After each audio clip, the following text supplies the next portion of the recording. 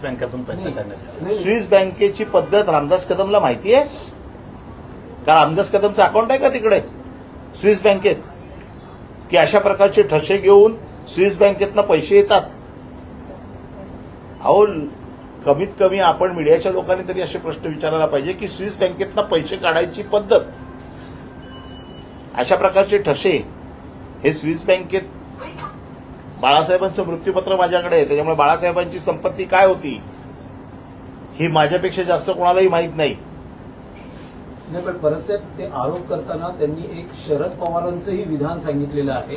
ते म्हणतात की शरद पवार जेव्हा आले होते तेव्हा त्यांनी मिलिंद नार्वेकर यांना म्हटलं की आणखी किती बाळासाहेबांच्या बॉडीचा छळ करा. त्यांना भेटायला सोडलं नाही. शरद पवार तर साहेब आहेत ना आज, याचं उत्तर पवार साहेब देऊ शकतात ना. पवार साहेब तर आहेतच ना आज हयात, मिलिंद नार्वेकर देखील आहेत. हे वातावरण तयार करतायत, अशा प्रकारची उत्तरं द्यायची, अशा प्रकारचे. माझं म्हणणं असं आहे की मी आता कोर्टात फाईल करतोय, कोण डॉक्टर्स आहेत ते समोर घेऊन या, ज्यांच्या माहितीच्या आधारावरती तुम्ही बोललात. आम्हाला पण बघायचं आहे की खरोखर कोण डॉक्टर असा आहे की ज्याने सांगितलंही खोटी बातमी पसरवली आहे. हे केवळ हवेत बार सोडायचे. परंतु आमचा राग हा आहे की बाळासाहेबांच्या मृत्यूचं देखील लोक राजकारण करतायत.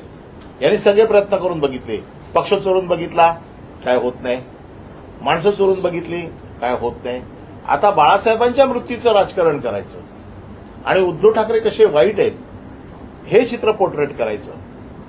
परंतु आमचा राग हा आहे की बाळासाहेबांच्या मृत्यूचं देखील लोक राजकारण करतायत.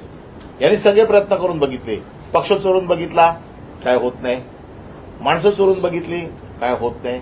आता बाळासाहेबांच्या मृत्यूचं राजकारण करायचं आणि उद्धव ठाकरे कसे वाईट आहेत हे चित्र पोर्ट्रेट करायचं. असा कोणाचा मृतदेह ठेवता येत नाही, तो शक्य नाही शवाघराशिवाय ठेवणं. आणि त्यामुळे रामदास कदम हे जे काही सांगतायत हे आता शिड्या कळीला ऊत आणतायत. त्यांचे अपराध आता शिशुपालाचे झालेले आहेत. माझा प्रश्न असा आहे, आणि जर उद्धव ठाकरे इतके वाईट होते मग 2014ला तुम्ही मंत्रिपद का घेतलं?